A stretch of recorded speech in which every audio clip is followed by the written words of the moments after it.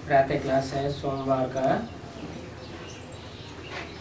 3 जनवरी 1968 का। रिकॉर्ड चला है। मुखड़ा देख ले प्राणी जड़ा, दर्पण में पाप है कितने पुण्य है कितने, देख तेरे जीवन में। बच्चों ने गीत का अर्थ सुना, इनका अर्थ भी फिर जानना चाहिए कि कितना पाप बच गया है।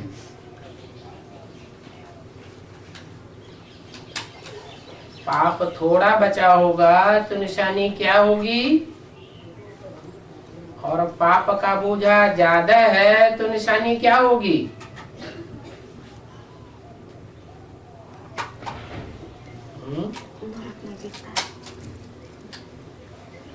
पाप का बोझा हल्का हो गया तो हल्कापन महसूस होगा, खुशी आती जाएगी। और पाप बढ़ा हुआ है, संगम युग में बाप मिलने के बाद पाप बढ़ना चाहिए घटना चाहिए, बढ़ना चाहिए। फिर बढ़ा हुआ क्यों? क्योंकि भूलें होती है श्रीमत के बरखिलाफ तो 100 गुना पाप चढ़ता भी है, और चढ़ने से फिर बोझा बढ़ जाता है। बोझा बढ़ जाता है तो भारीपन अनुभव होता है, हल्कापन अनुभव नहीं होता है। तो जानना चाहिए कितना पाप बच रहे हैं और कितने पुण्य जमा हुए हैं। अर्थात आत्मा को सतो प्रधान बनाने में कितना समय है।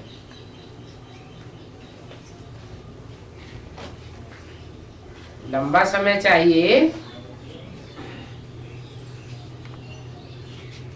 या जैसे मुसाफिरी करने के बाद वापस आते हैं तो पेड़ रूख घर परिवार नजदीक आता जाता है तो नजदीक दिखाई पड़ता है। अभी पहुंचे कि पहुंचे ऐसे लगता है ना।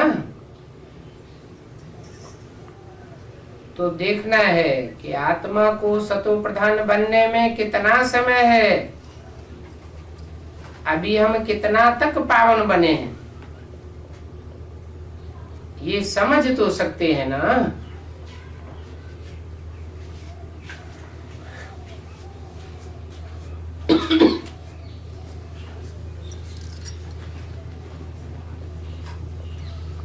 पावन बने हैं उसकी निशानी क्या होगी, और ही पतित बने हैं उसकी निशानी क्या होगी।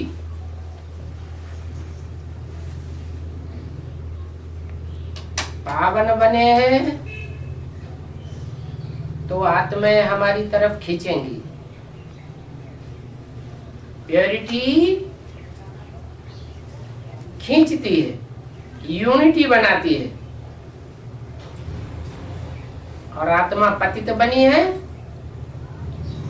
तो सब दूर दूर दूर दूर दूर दूर दूर करते हैं। सामने आने वालों की बात है, बाकी जो सामने ही नहीं आते पीछे से ग्लानि सुन करके दूर दूर करते हैं, उनकी बात अलग।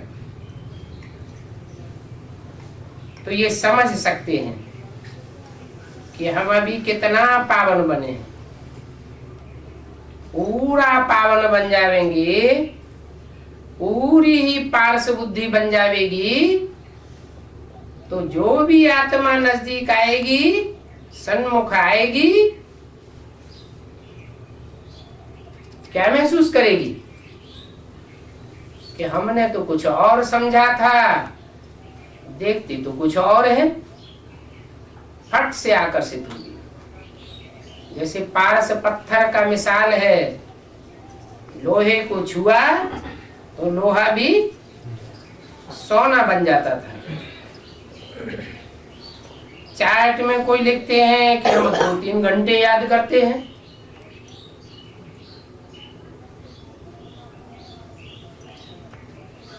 कोई लिखते हैं कि हम 1 घंटा याद करते हैं। अरे 24 घंटे में तुम अपने लवली बाप को, मीठे से मीठे बाप को, जिससे दुनिया की सबसे जास्ती प्राप्ति होती है, जन्म जन्मांतर की प्राप्ति होती है, अनेक जन्मों का सुख का वर्षा मिलता है, उसको 24 घंटे में सिर्फ 1 घंटे याद करते हो? ये तो बहुत कम हुआ। याद कम करेंगे तो पाप भी कम कटेंगे। ज्यादा याद करेंगे तो ज्यादा पाप कटेंगे, कम याद करेंगे तो पाप भी कम कटेंगे।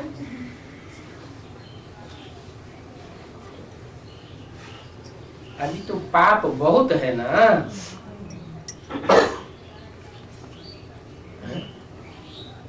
कितने साल हो गए? ये वाणी तो 68 की है, तब तो 32 साल हुए थे। अभी कितने साल हो गए? 70 से ऊपर जा रहे हैं। तो पाप घटे हैं, कटे हैं या बढ़े हैं? बढ़े। पहले के मुकाबले अवस्था ऊंची जाती अनुभव हो रही है या नीची जाती अनुभव हो रही है? ऊंची जाती है, ऊंची जाती अनुभव हो रही है। अभी माना 70 साल में टोटल, जब बेसिक में आए थे या जब एडवांस में आए थे तो अवस्था कैसी थी? कितना उमंग उत्साह था। पहचान तो सकते हैं ना। चढ़ती कला की निशानी तो बताई है ना। चढ़ती कला तेरे बहाने सर्व का भला। जिसकी चढ़ती कला होगी वो घर में बैठ नहीं सकेगा। क्या करेगा? दूसरों का कल्याण करने के लिए, दूसरों की भी चढ़ती कला करने के लिए निकल पड़ेगा। चढ़ती कला तेरे बहाने सर्व का भला। सर्व का भला कर रहे हैं, इससे साबित होता है कि अपना भला हुआ है। अभी क्या स्थिति है?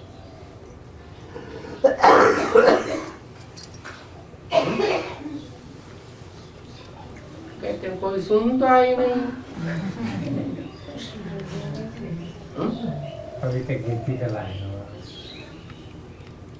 अच्छा, निकलते हैं सेवा में कि थक के बैठ गए?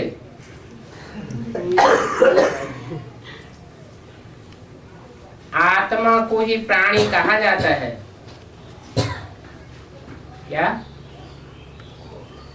कहते हैं ना, जैसे प्राण पड़ गए, जान आ गई,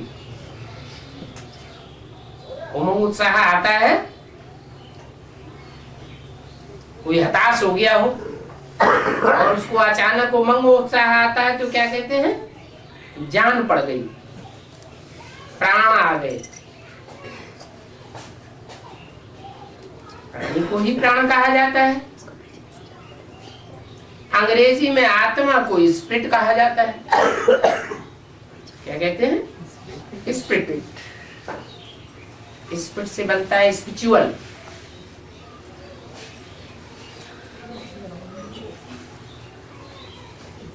अंदरूनी शक्ति आती है तो कहते हैं आत्मा में स्मृति भर गई, जान आ गई।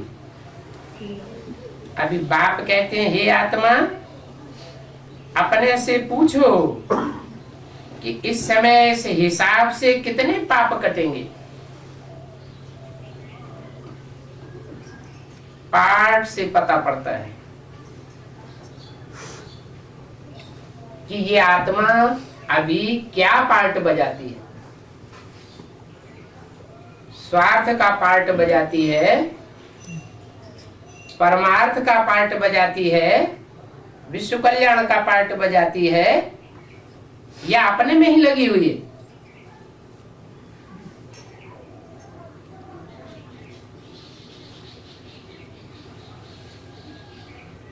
पता पड़ता है हम कितने पुण्यात्मा बने हैं।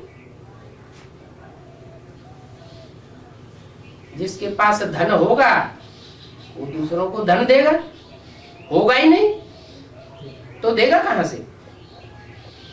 धनवान होगा तो धन देगा,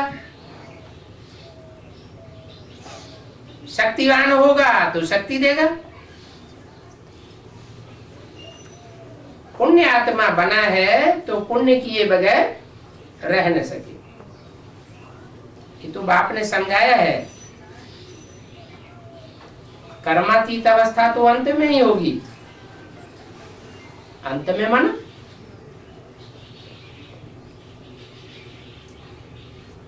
अंत कब? अंत होगा तब जब राजधानी स्थापन होगी, तो समझो अंत हुआ। राजधानी स्थापन हुई और लड़ाई शुरू हो जाएगी, तो अंत में कर्मातीत अवस्था होगी। याद करते करते उस समय आदत पड़ जाएगी। उस समय माने किस समय? जब विनाश शुरू होगा, दुनिया में हलचल शुरू होगी, तो हमारी आदत पड़ जाएगी याद करने की। जिसने जितना याद करने की प्रैक्टिस कर ली वो पुरुषार्थ पक्का हो जाएगा। फिर पाप जास्ती कटने लग पड़ेंगे। क्या? अभी याद ऊपर नीचे होती है क्योंकि कर्मातीत अवस्था नहीं हुई है। पाप कर्म 63 जन्मों के किए हुए शूटिंग की रील में बार बार सामने आ जाते हैं, तो उनका भी कभी अंत होगा या नहीं होगा? होगा। तो जो लगन पूर्वक लगे रहेंगे वो जल्दी महसूस करेंगे कि अब हमारी याद टिक गई। लगन की अगन जग गई। जब लगन लग जाती है तो अग्नि, योगाग्नि तीव्र हो जाती है। जैसे सोना होता है, सोने में खाद पड़ी होती है, तांबे की खाद, चांदी की खाद और मेटल्स की खाद डाल देते हैं। तो जितनी जास्ती खाद होगी, सोने को अग्नि में तपाया जाता है। हल्की अग्नि होगी तो खाद नहीं निकलेगी। अभी योगाग्नि हमारी कैसी है? लगन की अगन तीव्र है, हल्की है। अगर तीव्र नहीं है, क्या तीव्र नहीं है तो पाप कटेंगे नहीं।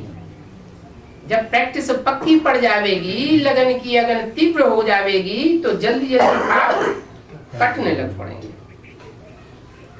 अपनी ही जांच करनी है कि हम कितना बाप की याद में रहते हैं। अभी पूछा तो कोई ने बताया 1 घंटा, कोई ने बताया 3 घंटा।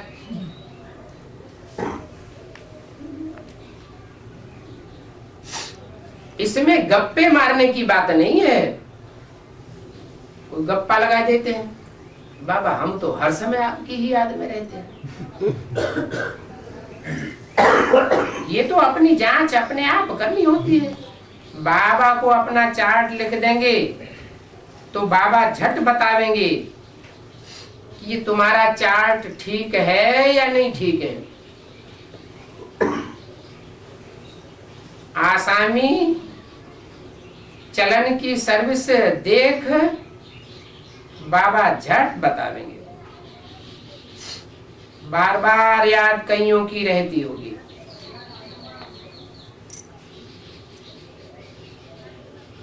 क्या लगन लगी हुई होगी तो बार बार भूलते होंगे, फिर बार बार याद करते होंगे, अरे मैं क्यों भूल गया। जो म्यूजियम व प्रदर्शनी की सर्विस में रहते हैं उनकी ऐसी अवस्था होगी। कैसी? जो सर्विस फील्ड में रहेंगे उनकी ऐसी अवस्था होगी कि बार बार उनको याद आवेगा कि मैं क्यों भूल गया। एक तो भूल जाने से जिनकी सेवा करते हैं उनके ऊपर असर नहीं पड़ता, सेवा का असर नहीं पड़ता। याद में रह करके सेवा करेंगे तो दूसरे के ऊपर भी असर पड़ता है। दूसरी बात, याद करते करते अपनी प्रैक्टिस पक्की होती है। और तीसरी बात, सेवा के फील्ड में रहने से याद जास्ती आती है। घड़ी घड़ी बाबा याद दिलाता है। क्यों? क्योंकि बाप कहते हैं मैं सबसे उन बच्चों को याद करता हूं। तो बाप जिन बच्चों को याद करेगा, बच्चे तो याद करते हैं, बच्चों की याद तो नंबरवार, लेकिन बाप जिन बच्चों को याद करेगा तो उनकी याद क्यों नहीं टिकेगी। तो मूल बात क्या हुई है? ब्राह्मणों के जीवन की मूल बात हुई, अगर प्रैक्टिस पक्की करनी है जल्दी तो सदा ईश्वरीय सेवा में प्रस्तुत रहे।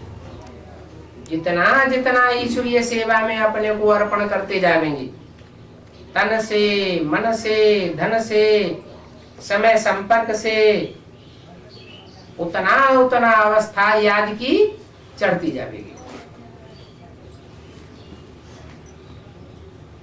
म्यूजियम में तो सारा दिन आना जाना लगा रहता है।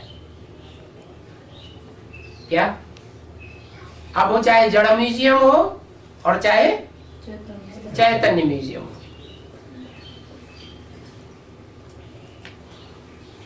बेसिक में कौन सा म्यूजियम होता है? जड़ म्यूजियम था।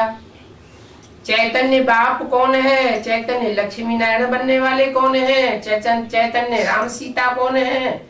चैतन्य राधा कृष्ण कौन है? ये बुद्धि में पक्का पता होता ही नहीं। और अभी तो हम एडवांस में हैं, हमें एडवांस पता लग गया है कि उनके पार्टधारी हैं वो यहाँ सचरूपी रंगमंच पर कौन कौन है। हम उनका परिचय देते हैं इस चैतन्य म्यूजियम में। तो बोला म्यूजियम में सारा दिन आवत जावत रहती है। जड़ म्यूजियम में या चैतन्य म्यूजियम में ज्यादा आवक जावक होगी? चैतन्य में ज्यादा होगी, जड़ में नहीं होगी। बेसिक में तो वहाँ बहुत एडवर्टाइजमेंट करते हैं जड़ म्यूजियम का, तब आना जाना होता है। और यहाँ तो कोई एडवर्टाइजमेंट होता नहीं। फिर भी चैतन्य वाइब्रेशन फेंकता है या जड़ वाइब्रेशन फेंकता है? जड़ मूर्तियां, जड़ चित्र जो है वो वाइब्रेशन नहीं फेंकते, और चैतन्य मूर्तियां चारों तरफ दूर बैठे भी वाइब्रेशन फेंकती हैं। तो सुबह से शाम तक आना जाना उनके पास लगा रहता है। तो क्या करना चाहिए? बाबा का इशारा क्या है? सेवा में बिजी रहे। कहाँ सेवा में बिजी रहे? चैतन्य में आना जाना करना। चैतन्य में जहाँ भी म्यूजियम अपने को अनुभव होता हो कि ये म्यूजियम है बाबा का, बाबा ने ये म्यूजियम बनाया है, तो उन चित्रों का परिचय देने के लिए प्रस्तुत रहना चाहिए। वो चित्रों का परिचय देंगे तो लोगों की बुद्धि में जल्दी बैठेगा, और बिना चित्रों के परिचय देंगे तो उतना जल्दी बुद्धि में नहीं बैठेगा। 4-5 मुख्य चित्र चाहिए। बेसिक नॉलेज जब थी तो भी कितने मुख्य चित्र बताए? 4-5 चित्र बताए। बोला म्यूजियम में सारा दिन आना जाना लगा रहता है, परंतु दिल्ली में तो बहुत आते रहेंगे। कब? अभी की बात नहीं बताई, आते रहेंगे। माना कब की बात बताई? जब कर्मातीत अवस्था होगी, ऑटोमेटिक याद पक्की हो जाएगी। याद करने का खींच खींच करके याद करने का पुरुषार्थ नहीं करना पड़ेगा। बार बार माया याद में विघ्न पैदा भी नहीं कर सकेगी। उस समय क्या होगा? उस समय दिल्ली के म्यूजियम में बहुत आते रहेंगे। बार बार बाबा का परिचय देना पड़ेगा। जो आते रहेंगे उनको बाबा का परिचय देना पड़ेगा। बार बार क्यों? अरे एक बार आ गए, परिचय मिल गया, बुद्धि में बैठ गया, तो फिर उनको बार बार परिचय क्यों देना पड़ेगा?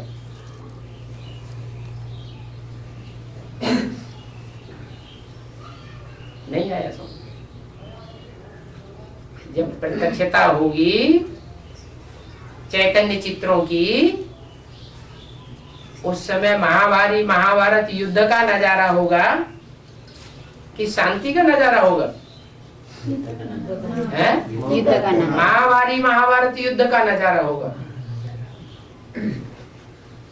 उस युद्ध के बीच में बाहर वाले उनका माथा खराब करते रहेंगे, और वो अंदर म्यूजियम में आवेंगे तो तुम उनका माथा घुमा देंगे। तो बार बार वो बाहर जाएंगे, बार बार अंदर आएंगे, तो बार बार तुमको समझाना पड़े, परिचय देना पड़ेगा। क्या तुमको? अरे इनको इतनी बार समझाते हैं, इनकी बुद्धि बैठता ही नहीं, मरने दो। नहीं, ये कल्याण की भावना नहीं हुई, शुभ भावना नहीं हुई, शुभ कामना नहीं हुई कि थोड़ा सा समझा दिया, बात बुद्धि में नहीं बैठी तो जड़ दिया। नहीं, बार बार उनको समझाना पड़ेगा। समझो, किसको तुम कहते हो विनाश में बाकी 8-9 वर्ष हैं। कब की वाणी है? 68 की वाणी। 68 की वाणी है। तो उसमें तो 8 वर्ष ही बाकी थे, 8-9 वर्ष बाकी थे।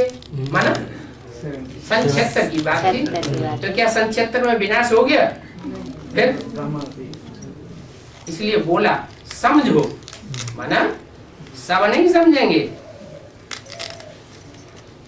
बाबा जिन बच्चों से विशेष इमर्ज करके बात करते हैं वो तो समझेंगे।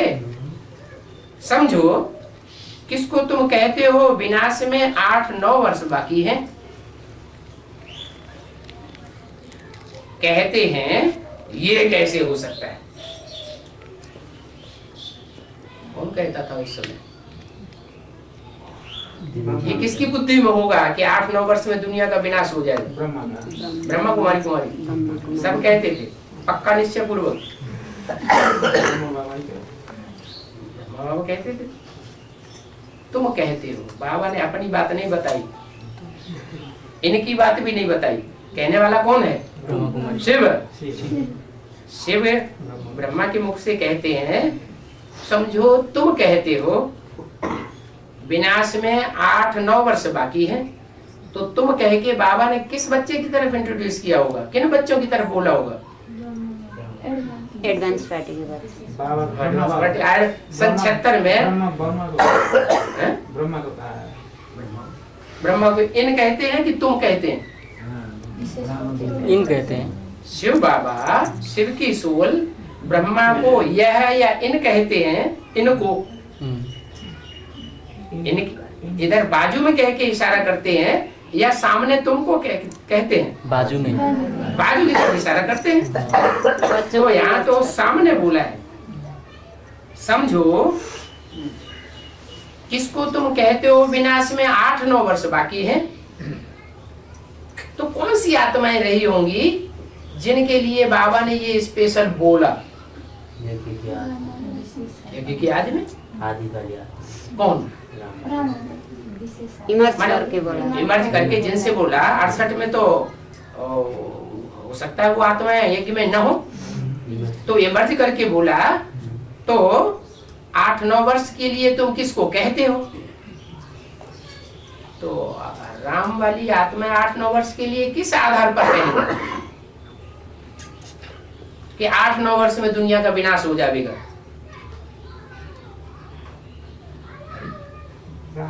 100% निश्चय बुद्धि होंगे तब तो कहेंगे कि बाबा ने बोला है मुरली में तो सच्चाई बोला होगा। इसमें हीला हवाला करके और दुधला के बोलने की तो बात ही नहीं। क्या बाबा ने जो बोला ब्रह्मा मुख से, ब्रह्मम वाक्यम जनार्दनम, शास्त्रों में भी पढ़ते सुनते आए हैं, तो पक्का निश्चय पूर्वक बोलेंगे तो फकुर से बोलेंगे, और जिनको पक्का निश्चय नहीं होगा वो थोड़ा दुधला दुधला के बोलेंगे, पता नहीं हमारी बात मानेंगे कि नहीं मानेंगे, होगा कि नहीं होगा। तो कौन आत्माएं हुई? वो जिनको पक्का निश्चय था कि 76 में, हाँ, एक तो नारायण बनने वाली आत्मा की बुद्धि में ये पक्का निश्चय रहता है कि 76 में ये आसुरी दुनिया खलास हो जाएगी और नई दुनिया का संगठन शुरू हो जाएगा। कहते हैं ये कैसे हो सकता है? सुनने वाले क्या कहते हैं? ये कैसे हो सकता है? हमारा विचार नहीं है कि इतनी बड़ी दुनिया 76 में खलास हो जाएगी। फट से कहना चाहिए ये हम कोई थोड़े ही बताते हैं कि 10 वर्ष में दुनिया का विनाश हो जाएगा। क्या फकुर से कहना चाहिए, फट से कहना चाहिए ये तो भगवान वाच है। क्या भगवान हमको बताते हैं कि 8-10 वर्ष में शायद इस दुनिया का विनाश हो जाएगा। भगवान वाच है ना, भगवान वाच है तो जरूर सच्ची ही बात होगी। इसलिए बाबा समझाते हैं कि बाबा बाबा बीच में बोलते रहो कि हम यह तुमको शिव बाबा की श्रीमत पर बताते हैं। बताने वाले हम नहीं हैं, हमको शिव बाबा बताते हैं कि ये दुनिया का विनाश 10 वर्ष में हो जाएगा। क्या होगा? कोई बम फटाका होगा? क्या होगा? 76 में कोई बम फटाका हो गया क्या? अरे बड़ा बम फटेगा तभी तो दुनिया का धमाका होगा, विनाश होगा बड़ा, कि बिना बम्बों के धमाका हो जाएगा? भगवान आया, नई दुनिया की स्थापना करने आया, नया संगठन बनाया ब्राह्मणों का, तो विनाश का काम भी शुरू किया होगा कि नहीं? है? किया ना।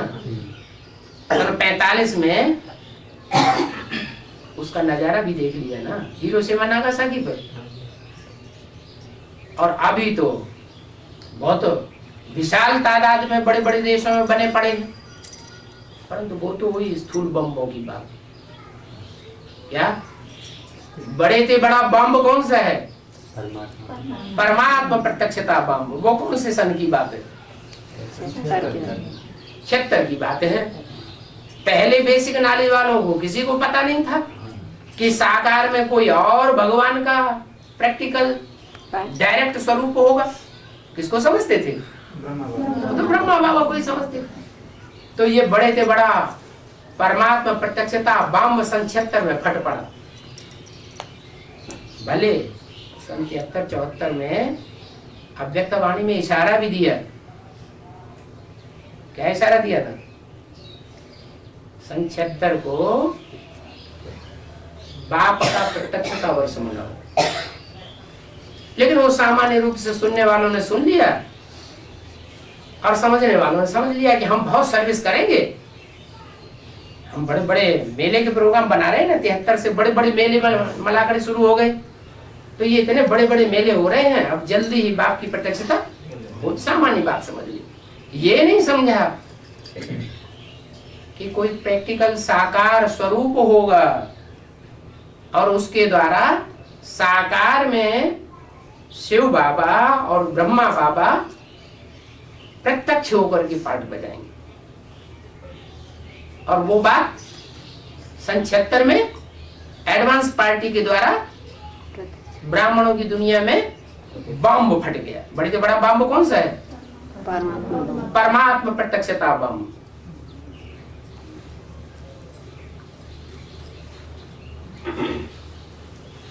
तुम बताओ, ये बात हम नहीं कहते हैं, भगवान वाच है, ये श्रीमत उनकी ही है।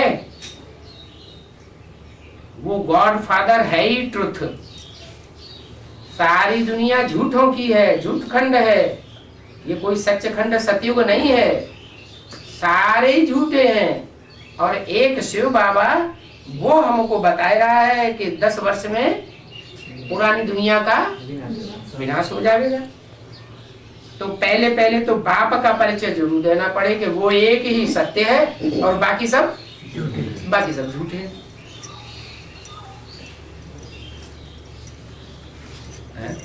लोग बंडर खा लेंगे। अरे इतनी बड़ी दुनिया 8-9 साल में कैसे खलास हो जाएगी? और यही सच्चा बताते हैं और बाकी सब झूठा बताते हैं। नहीं, उनको प्रूफ देना चाहिए, याद दिलाना चाहिए।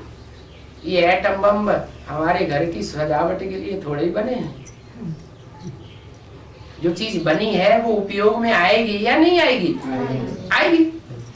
तो उपयोग में जब आएगी तो वो चाहे 10 साल में उपयोग में आए और चाहे 30 साल के बाद उपयोग में आए, वो तो अपना काम करेगी। अब ये बात दूसरी है कि वो एटम बम स्थूल बाद में छूटेंगे और सूक्ष्म एटम बम पहले तैयार होता है और पहले छूटता है। तो ये बड़े से बड़ा परमात्मा प्रत्यक्षता बम है, जिसके लिए घोषणा बाबा ने की थी। कौन सी दुनिया के लिए? बाहर की दुनिया के लिए की थी। तो ब्रह्मा बाबा ने बाहर की दुनिया के लिए समझ लिया, लेकिन वास्तव में बाबा ने बेहद के बाप ने कौन सी दुनिया के लिए? बेहद ब्राह्मणों की दुनिया के लिए ये घोषणा की थी कि बेहद ब्राह्मणों की दुनिया में जो रावण कुंभकर्ण जैसे ढेर के ढेर आतताई ब्राह्मण घुस पड़े हैं, जिन्होंने ब्रह्मा बाबा जैसी श्रेष्ठ आत्मा का भी हार्ट फेल कर दिया। ये ब्राह्मणों की दुनिया में सन 76 में विनाश शुरू हो जाएगा। बड़े से बड़ा धमाका होने वाला है। तो उसके लिए बाप का परिचय पहले जरूर देना पड़ता है। इसलिए बाबा ने कहा है हर एक चित्र में लिख दो। क्या? जो भी चित्र हम दिखाएं, क्या लिख दो? भगवान वाच। चित्र में लिख दो भगवान वाच। जड़ चित्र में ही लिख दे या चैतन्य चित्रों में लिखा हुआ हो? हाँ, चैतन्य चित्रों का जब परिचय दें तो ये बताते जाएं, इन चित्रों को बनवाने वाला भगवान स्वयं है। वो भगवान ही इन चित्रों के द्वारा संसार में प्रत्यक्ष होता है। ये तो एक्यूरेट बतावेंगे। हम थोड़े ही जानते थे कि दुनिया खलास होने वाली है और नई दुनिया आने वाली है। बाप ने बताया, तब हम श्रीमत पर कहते हैं कि 8-9 वर्ष हैं, कब कब अखबार में भी डालते हैं। फलाने ने 9-10 वर्ष में दुनिया के विनाश की घोषणा की है। कहते हैं विनाश जल्दी ही होने वाला है। अब तुम हो बाप के बच्चे भी हो, स्टूडेंट भी हो। प्रजापिता ब्रह्मा कुमार कुमारियां तो बेहद के हैं ना, जो घोषणा कर रहे हैं कि 9-10 वर्ष में दुनिया का विनाश हो जाएगा। वो प्रजापिता ब्रह्मा कुमार कुमारियां हद के हैं या बेहद के हैं? बेहद के हैं। हद की बातें नहीं करते हैं। कैसी बातें करते हैं? बेहद का बाप भी बेहद के बच्चों से बेहद की बातें करता है और बच्चे भी बेहद की बातें बेहद में समझाते हैं। तुम बतावेंगे हम बेहद बाप के बच्चे हैं, वही पतित पावन ज्ञान का सागर है। क्या कोई भी दीदी दादी दादाएं ये पतित पावन नहीं है। इनके संग के रंग से कोई भी पतित से पावन नहीं बनेगा। एक बाप ही है जो पतितों को पावन बनाने वाला है, क्योंकि वो कभी पतित नहीं बनता है। क्या प्रूफ है इसका?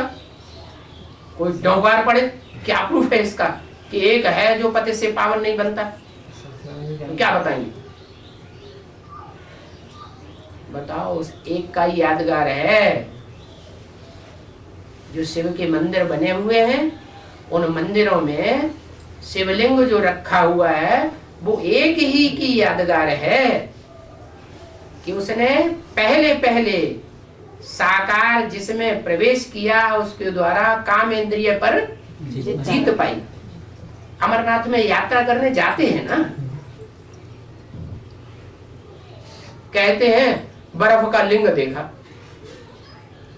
अब लिंग भी कोई बर्फ का होता है क्या? है? अमरनाथ में बर्फ का लिंग खड़ा देखा। अरे लिंग जब खड़ा होता है तो गर्मी होती है या ठंडा होता है? गर्मी होती है। तो हद की बात है, बेहद की बात है। ये बेहद समझने की बात है कि योग बल से कर्मेंद्रियां शीतल हो जाएंगी। तो कोई की तो शीतल हुई होंगी पहले।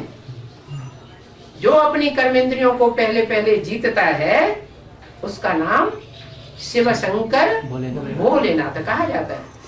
शिव के साथ शंकर का ही नाम जोड़ा जाता है और कोई 33 करोड़ देवताओं का नाम नहीं जोड़ा जाता है।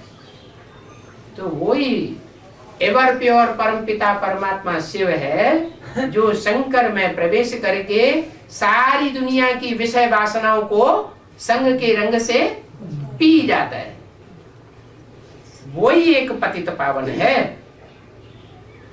एक पतित पावन है, उसे बिंदी कहेंगे या साकार में कहेंगे?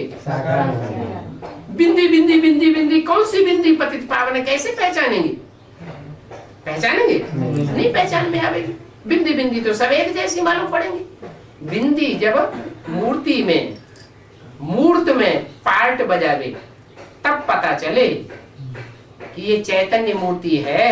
चैतन्य कर्मेंद्रियों द्वारा ऐसा पार्ट बजाती है जैसा पार्ट और दुनिया में कोई बजा न सके, जिसकी यादगार मंदिरों में रखी हुई है। बाप कहते हैं तुम सब पार्वतियां, कोई एक पार्वती की बात नहीं है। मना जो भी बच्चे बाप के कनेक्शन में आते हैं, संबंध में आते हैं, वो पतित से पावन बनते हैं। संघ के रंग में आने से ही पतित से पावन बनते हैं और संघ के रंग में आने से ही पावन से पतित बनते हैं। अनेकों के संघ के रंग में आने से वैश्य बनते हैं, पतित बनते हैं। एक के संघ के रंग में आने से पावन बनते हैं। पहले ये बात पक्का कराओ क्या कि एक ही पतित पावन है और ये ढेर के ढेर जो गुरु बन करके बैठे हैं, शिवो हम कह के बैठ जाते हैं। शिवो हम ब्रह्मास्मि, मैं ब्रह्मा हूं। ये ढेर के ढेर पतित पावन नहीं हो सकते। अनेकों से दुनिया पतित बनी है, अनेकों के संग के रंग से, और एक के संग के रंग से पावन बनती है। तो पहले ये बात पक्का करके फिर आगे बढ़ाना चाहिए। यही बात बुद्धि में नहीं बैठती है, यही बात पक्की बुद्धि में नहीं बैठती है क्या कि वो एक साकार कौन सा है जिसमें परमपिता परमात्मा प्रवेश करके संग के रंग से पतितों को पावन बनाते हैं। नहीं बुद्धि में बैठती है तो फिर ग्लानि करते हैं। फिर बजाय सतयुग के आदि में ले जाने के, आदि पिता समझने के, आदि देव समझने के, क्या समझते हैं? कलयुग के अंत में पैदा होने वाला कलंकों को धारण करने वाला कलंक इधर है क्या? ग्लानि करने लग पड़ते हैं। शिव बाबा ने कहा है यादव कौरव आदि विनाश काले विपरीत बुद्धि विनश्यति। क्या कहा शिव बाबा ने? विनाश क्या काले विपरीत अभी शिव बाबा आया हुआ है, कहते हैं 9-10 वर्ष में पुरानी दुनिया का विनाश होने वाला है, नई दुनिया की स्थापना होने वाली है। लेकिन जो यादव और कौरव कुल के होंगे, विनाश तो होने वाला है, लेकिन किसका विनाश होने वाला है? जो यादव कुल के हैं।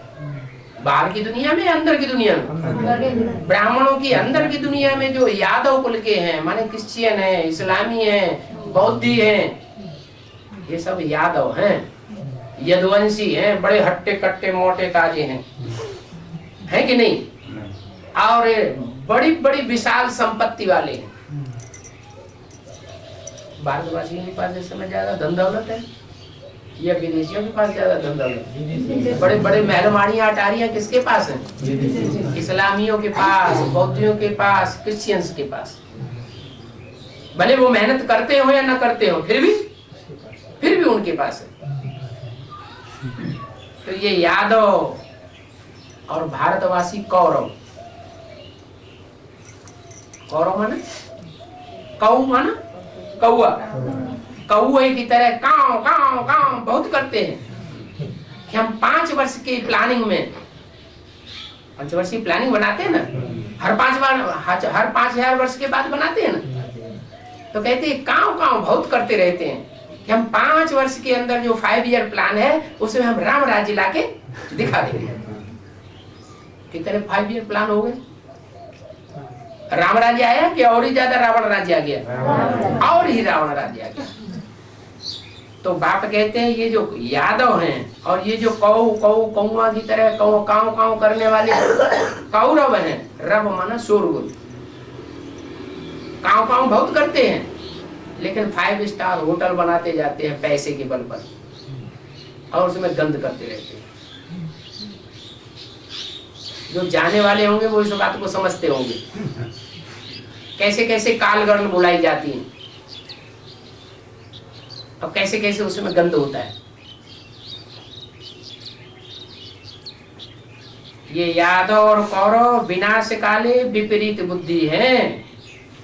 विनाश सामने खड़ा है और ब्राह्मणों की संगम युगी दुनिया में ये जो गंद खाने वाले हैं विभिचार का, यादव और कौरव, इनकी बुद्धि भ्रष्ट हो गई, ब्राह्मणों की दुनिया में ही है। भ्रष्ट बुद्धि होने के कारण अब ये विनश्यंती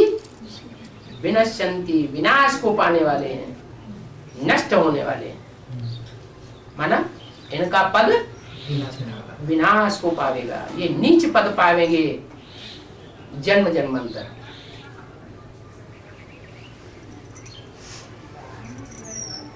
आगे चल के शिव बाबा नाम लेते रहेंगे। क्या कहा? कौन कौरव है नंबरवार, कौन यादव है नंबरवार, होंगे तो नंबरवार ना, एक जैसे होंगे। कौन रावण संप्रदाय है, रावण के सिर दिखाते हैं ना, नंबर 1 सिर, नंबर 2, नंबर 3, नंबर 4, कौन रावण है? तो शिव बाबा नाम लेते रहेंगे और तुम बच्चे शिव बाबा का नाम लेते रहो, घड़ी घड़ी चित्रों पर समझाओ तो शिव बाबा का नाम, शिव बाबा ने कहा है, इसमें बच्चों का ही कल्याण है। शिव बाबा को ही याद करते रहेंगे। बाप ने जो तुमको समझाया है वो तुम फिर औरों को समझाओ, तो सर्विस करने वालों का चार्ट अच्छा रहता होगा। सारे दिन में 8 घंटा सर्विस में बिजी रहना है। क्या कहा? कर्मातीत अवस्था रहने के लिए क्या जरूरी है?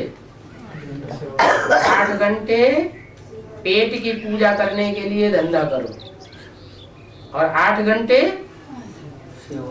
आत्मा मन बुद्धि का अनेक जन्मों का कल्याण करने के लिए। 84 के चक्र में आत्मा आती है ना, तो 84 के चक्र में आत्मा कैसे सुखी रहे उसके लिए पुरुषार्थ करते रहो। 8 घंटा सर्विस करो, माने आत्मा की भी सेवा 8 घंटा। ये बुद्ध रूपी पेट है ना, इसके लिए भी कुछ कमाई करना कि नहीं, ये अनेक जन्मों की कमाई है। तो 8 घंटा ईश्वरीय सेवा में दो और 8 घंटा शरीर के पेट की सेवा में दो। करके 1 घंटा 2 घंटा रेस्ट लेते रहेंगे। फिर भी बाप कहते हैं 4 घंटे नींद काफी है। क्या सॉलिड नींद अगर आ जाए तो 4 घंटे की नींद 24 घंटे के लिए फ्रेश कर देगी। फिर भी 7 घंटा तो सर्विस में रहते ही हैं। बोला तो समझना चाहिए उनके विकर्म बहुत विनाश होते हो। तो 7-8 घंटे ईश्वरीय सेवा में रहें।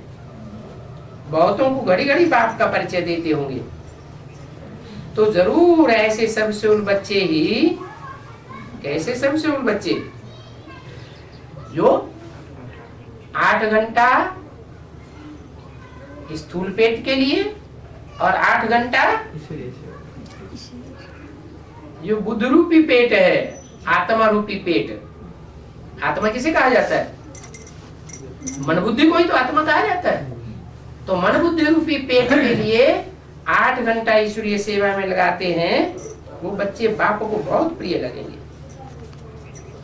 बाप देखेंगे ये तो बहुतों का कल्याण करते हैं। रात दिन यही उनको चिंतन रहता है। किनको?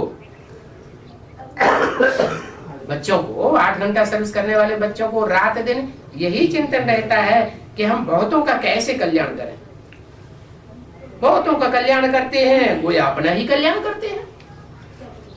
क्या ऐसे नहीं कि औरों के कल्याण में लगे रहते हैं तो अपना अकल्याण हो जाएगा? नहीं, अपना भी कल्याण करते हैं। स्कॉलरशिप भी इसमें मिलेगा जो बहुतों का कल्याण करते हो। ये भी एक पहचान है। किसकी है? किनकी पहचान है? नहीं, स्कॉलरशिप लेने वाले जो 8 हैं, पास विद ऑनर होने वाले, जो धर्मराज की सजाएं नहीं खाते हैं, पूछते हैं, उनकी क्या खास बात है जो 8 की लिस्ट में आ जाते हैं? क्या खास बात बताइए? है? अरे रात दिन वो ईश्वरीय सेवा में लगे रहते हैं। दिन में तो 8 घंटे सेवा करते ही हैं। क्या जैसे लौकिक दुनिया में कोई दिल लगा के कपड़े की दुकान में कपड़े फाड़ता रहता है, बेचता रहता है, तो रात में भी अपनी धोती फाड़ देता है। वही स्वप्न आते हैं। तो दिन में भी सेवा हुई और रात में भी सेवा हुई, तो रात दिन लगन लगी पड़ी है। ऐसे ही स्कॉलरशिप मिलेगा कि रात दिन सर्विस सर्विस सर्विस, और दूसरा कोई संकल्प ही ना आवे। बहुतों को कल्याण करते होंगे। तुम बच्चों को यही धंधा है। तुम बच्चों को, जब तुम बच्चे कहा तो किसकी तरफ इशारा किया? सन्मुख। हाँ, जरूर बाप के सन्मुख वो 8 बुद्धि में आए होंगे। ये उनकी पहचान है उन 8 की, कि जब से ज्ञान में आए होंगे, एडवांस में आए होंगे, जब से बाप को पहचाना होगा, तो लौकिक परिवार को जैसे भूल गए। फाइनल पेपर क्या है? स्मृति लब्धा। देह के संबंधों से बुद्धि हट जाती है और ईश्वरीय संबंध से बुद्धि जुड़ जाती है। तो बच्चों का यही धंधा है, टीचर बन करके बहुतों को रास्ता बताना है। पहले तो ये नॉलेज धारण करनी पड़े। कौन सी नॉलेज? कौन सी नॉलेज की बात कर रहे थे इस मुरली में? अरे म्यूजियम में जो चैतन्य चित्र हैं, उन चित्रों का परिचय देना। सामने रह करके परिचय देंगे तो लोग और जल्दी समझेंगे। चित्र सामने नहीं है और बिना चित्रों के परिचय देंगे तो जो श्रूढ़ बुद्धि होंगे वो तो समझेंगे, बाकी जो साधारण बुद्धि होंगे उनकी समझ में जल्दी नहीं आवेगा। एक तो प्रैक्टिकल प्रूफ भी सामने हो और दूसरी तरफ समझाने वाला भी सामने हो, तो जल्दी बात समझ में आवेगी ना। बोला कोई का कल्याण नहीं करते हैं तो समझा जाता है इनकी तकदीर में ही नहीं है। ये कौन समझ लेता है? हाँ? कोई भी टीचर ये समझ सकता है कि ये स्टूडेंट जो रास्ता बताया है वो रास्ता अपनाता ही नहीं, गौतम के कल्याण में लगा हुआ ही नहीं है। तो समझा क्या जाता है कि इनकी तकदीर में राजयोग से राजाई पाने का है ही नहीं। बहुत बच्चे तो कहते हैं बाबा हमको नौकरी से छुड़ाओ। क्या शर्त रखते हैं? हमको इस नौकरी धंधे से छुड़ाओ तो हम ईश्वर सेवा में लग जाएंगे। अरे ये नौकरी धंधे का जो बंधन डाला है वो बाबा ने डाला है क्या तुम्हारे लिए? कि पूर्व जन्म में हमने ही डाला है? कुछ आत्मा ऐसी होती हैं, ऐसा जन्म लेती हैं, ऐसे घराने में जन्म लेती हैं कि उन्हें धन कमाने का कोई चिंता ही नहीं, मुहैया धन है, कोई फिक्रात नहीं, कोई धंधा धोरी आदि करने की, नौकरी करने की बिल्कुल दरकार ही नहीं। तो उन्होंने जो अपना भाग्य बनाया है वो पूर्व जन्म से बनाया है या बाबा उनका भाग्य बनाते हैं? उन्होंने भी बनाया।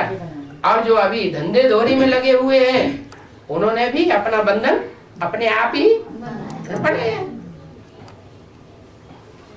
तो कहते हैं हमको नौकरी धंधे से छुड़ाओ, हम इस सर्विस में लग जाएंगे, ये शर्त रखते हैं। बाबा भी देखेंगे, क्या देखेंगे? उनसे पोता मिल मांगेंगे। बाबा देखेंगे कि इनके पास जो पूंजी है वो बरोबर है।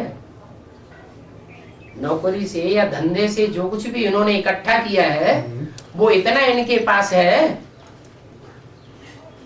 कि ब्याज लेते रहें, खाते रहें और आने जाने की ईश्वरीय सेवा में लगाते रहें। पूरा पोता मिल देंगे तभी तो बाप को पता पड़ेगा। तो बाप कह देंगे अच्छा छोड़ दो, लगो इसी ईश्वरीय सेवा। तो बोला बरोबर इनकी पूंजी है, बंधन मुक्त हो सकते हैं, कोई तो बंधन मुक्त भी है। क्या कोई जरूरी नहीं है कि नौकरी करें, धंधा करें। तब कहेंगे भले 500 कमाने से 500 रुपया परमाह तुम कमाओ, 8 घंटे देते रहो, उससे तो अच्छा उन कौड़ियों को कमाने से अच्छा क्या है तुम इसी ईश्वरीय सेवा में लग जाओ। तुमको कोई पैसे की कमाई का बंधन तो है नहीं, बहुतों को कल्याण करेंगे। अगर बंधन मुक्त हैं तो भी बाबा सर्विसेबल देखेंगे। क्या कहा? ऐसे ही नहीं कह देंगे कि नौकरी धंधा छोड़ दो। क्या देखेंगे? ये सर्विसेबल हैं, इनकी सर्विस करने की प्रैक्टिस है, अंदर से लगन है विश्व कल्याण की। अगर ये लगन नहीं है तो कहेंगे तुमको माया खा जाएगी। क्या तुम बेकार बैठेंगे तो वर्कशॉप बन जाएगा। एम्प्टी माइंड किसका वर्कशॉप है? शैतान का वर्कशॉप बन जाता है। सर्वसेवल देखेंगे तो राय देंगे। सर्वसेवल बच्चों को निशानी क्या होगी?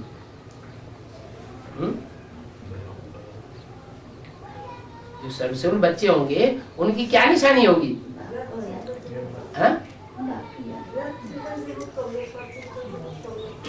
बंधन मुक्त होंगे, बाप याद रहेंगे नहीं, सेवा में लगे रहेंगे नहीं।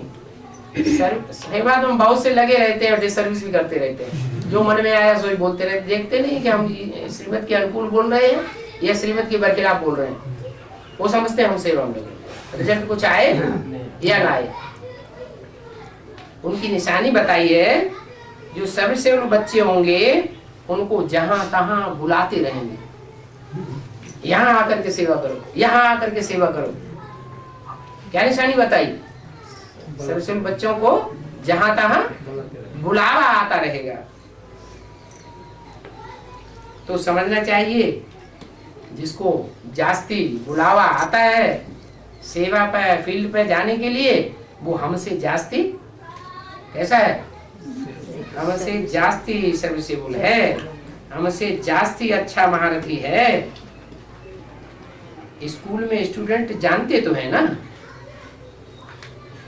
ये अच्छा स्टूडेंट है, हम डल स्टूडेंट हैं। ये अच्छा प्रैक्टिकल में आगे जाता है और हमारा प्रैक्टिकल उतना अच्छा नहीं है। आपस में भी तो पता लग जाता है ना। तो ये कोई कॉमन सत्संग नहीं है क्या, इसमें से ना बोल बोल करने से कुछ नहीं होता। यहाँ तो सब प्रैक्टिकल है। भक्ति मार्ग में प्रैक्टिकल नहीं होता और ज्ञान मार्ग में सब कुछ प्रैक्टिकल है। सत्य माना ही सत्य बोलने वाला। सत्य किसको कहें, जो सच्चा बोलने वाला है वो ही सत्य है। हम श्रीमत पर आपको ये समझाते हैं,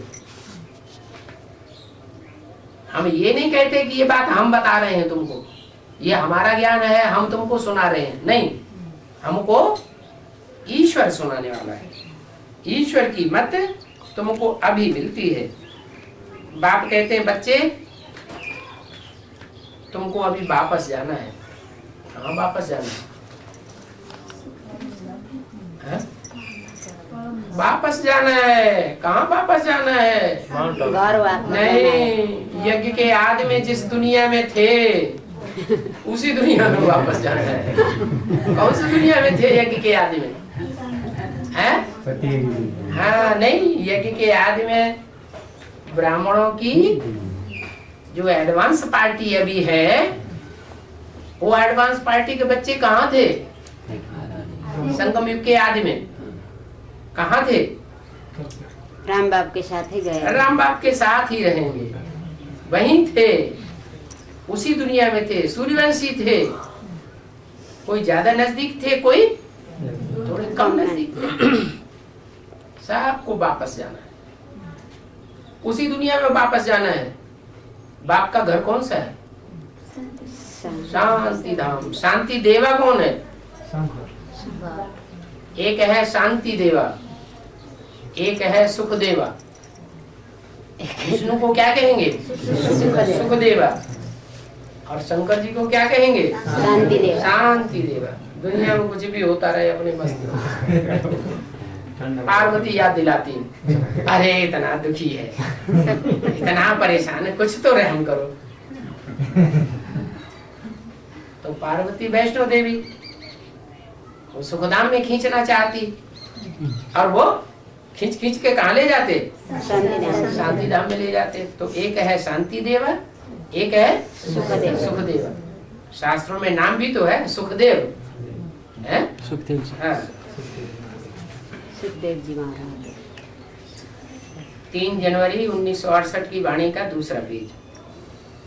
अब बेहद का सुख का वर्षा देने वाला बाप आया हुआ है, उससे बेहद के सुख का वर्षा ले लो। क्या एक तरफ सुना दिया दुनिया का विनाश होने वाला 8-10 वर्ष में, और फिर क्या सुनाते? विनाश तो होने वाला है, लेकिन जो 8-10 वर्ष रहे हैं उसमें बेहद का वर्षा ले लो, सुख का। है ना? बाप आया हुआ है नर से नारायण बनाने। ये राजयोग है ना, तो राजयोग से विश्व की बादशाही, विश्व के राजा बने की बादशाही मिलती है।